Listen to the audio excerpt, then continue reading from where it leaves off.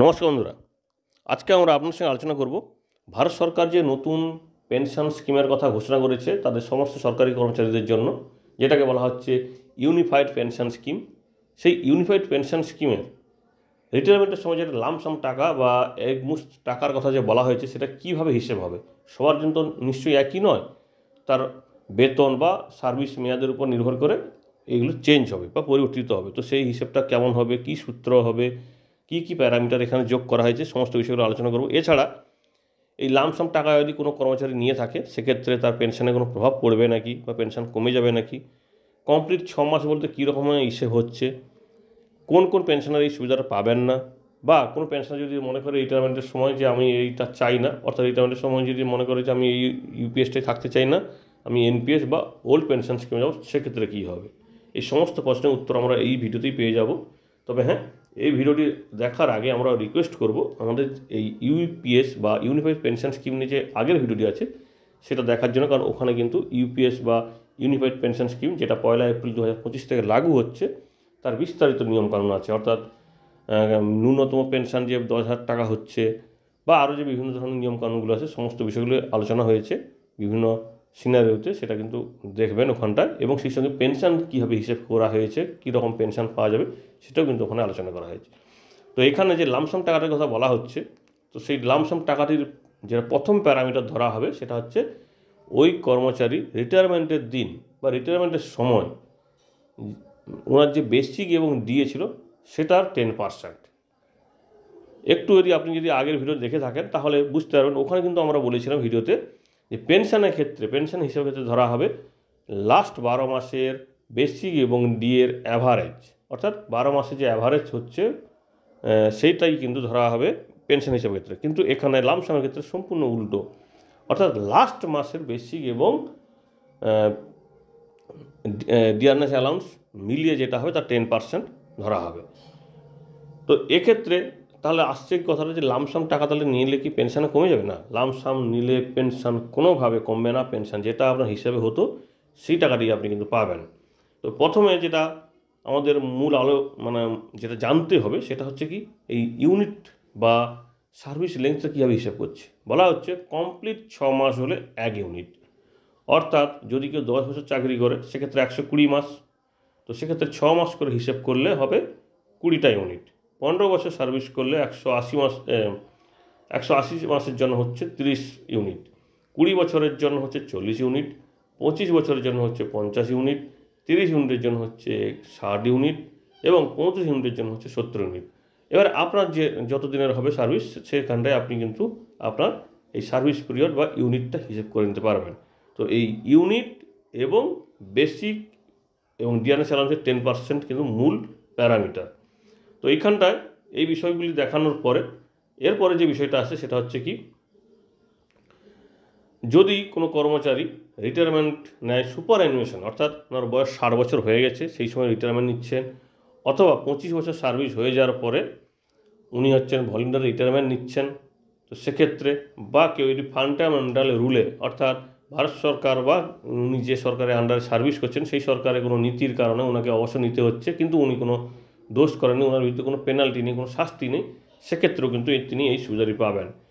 তো ওই সমস্ত ক্ষেত্রে অর্থাৎ সুপার অ্যানুয়েশন বা 25 বছর পরে ভলেন্টারি রিটায়ারমেন্ট বা ফান্ডামেন্টাল রুলের মাধ্যমে রিটায়ারমেন্ট হয়, তো সেক্ষেত্রে যদি ওনার দেখা যায় যে বেসিক ওই মুহূর্তে 45,000 টাকা, তো 53% এই মুহূর্তে দিয়ে, সুতরাং হবে 23,850 টাকা। তো টোটাল ইনভলভমেন্ট হবে ওই মাসে 68,850 টাকা। এবারে আসি লামসাম হিসেব কীভাবে হবে। দেখুন, এই যে টোটাল ইনভলভমেন্ট পাচ্ছে একে 10 দিয়ে ভাগ করা হবে এবং তার সঙ্গে ওনার সার্ভিস ইউনিট বা কোয়ালিফাইং যে সার্ভিস আছে টাইমটা আছে তার ইউনিট, অর্থাৎ কতগুলো 6 মাস উনি কমপ্লিট করেছেন সেইটা দিয়ে গুণ করা হবে। অর্থাৎ যদি 68,850 টাকা হয় 10 দিয়ে ভাগ করলে হবে 6,885 টাকা। তো তার সঙ্গে অর্থাৎ ওই সার্ভিস লেন্থটা ইউনিটগুলো গুণ হবে। তো আপনার যদি মনে হয় যে আপনার বেসিক এবং ডিয়ারনেস অ্যালাউন্স টোটাল যোগফল অন্য কিছু হচ্ছে, তো 50,000 ধরুন সাপোজ ধরলাম, তো সেক্ষেত্রে সেটাকে আপনি 10 দিয়ে ভাগ করবেন, তার সঙ্গে আপনার সার্ভিস পিরিয়ডটাকে 6 মাস হিসাবে সেটা গুণ করবেন, করলে কিন্তু আপনি হিসাবটা পেয়ে যাবেন। তো এর পরবর্তীতে তাহলে ওনার হলো ভাগ করতে, অর্থাৎ 68,850কে উনি ভাগ করতে উনি পেলেন 10 দিয়ে 6,885। তো এই 6,885 নিয়েই কিন্তু পরবর্তী হিসাবগুলো হবে। যদি আমরা ধরে নিই যে আমরা যে হিসাবটা দেখাবো আজকে বিভিন্ন বছরের সার্ভিসের ক্ষেত্রে ওই 68,850 টাকার ক্ষেত্রে ওনার কিন্তু প্রথম যে ইনভলভমেন্ট 10% হচ্ছে, সেটা হচ্ছে 6,885। তো 10 বছর যদি সার্ভিস হয় সেক্ষেত্রে ওনার 20টা ইউনিট হচ্ছে। তো 20 গুণিতক 6,885, সেক্ষেত্রে 1,37,700 টাকা উনি এককালীন টাকা পাবেন রিটায়ারমেন্টের সময়। যদি উনি 15 বছর সার্ভিস করেন সেক্ষেত্রে 30 গুণ হবে ওই 6,885 সঙ্গে, এবং উনি রিটায়ারমেন্টের সময় এককালীন যেটা আরও হয় 2,06,550 টাকা। 20 বছর সার্ভিস করলে 40 দিয়ে গুণ হবে 2,75,400 টাকা। 25 বছর সার্ভিস হলে পাবেন 3,44,250 টাকা। এবার 30 বছর যদি সার্ভিস করে সেক্ষেত্রে 60 ইউনিট, অর্থাৎ 30 গুণিতক 20, অর্থাৎ 30 গুণিতক 2 60 ইউনিট। তো সেক্ষেত্রে ওনার একমুশ যে রাশি বা এককালীন টাকাটা হবে 4,13,100 টাকা। একইভাবে 35 বছর সার্ভিস করলে হবে 4,81,950 টাকা। এটা গেল মোটামুটি একটা স্যাম্পেল হিসেব। তো আপনার যদি মনে হয় যে আপনার বেতনটা অন্য কিছু বা বেসিক এবং ডিএটা অন্য কিছু, সেটাকে 10 দিয়ে ভাগ করবেন। তার সঙ্গে আপনার সার্ভিস পিরিয়ড যা হচ্ছে, ধরুন আপনার সার্ভিস পিরিয়ড হচ্ছে 21 বছর। তো সেক্ষেত্রে 21 হলে কত হবে? 21 গুণিতক 2 42।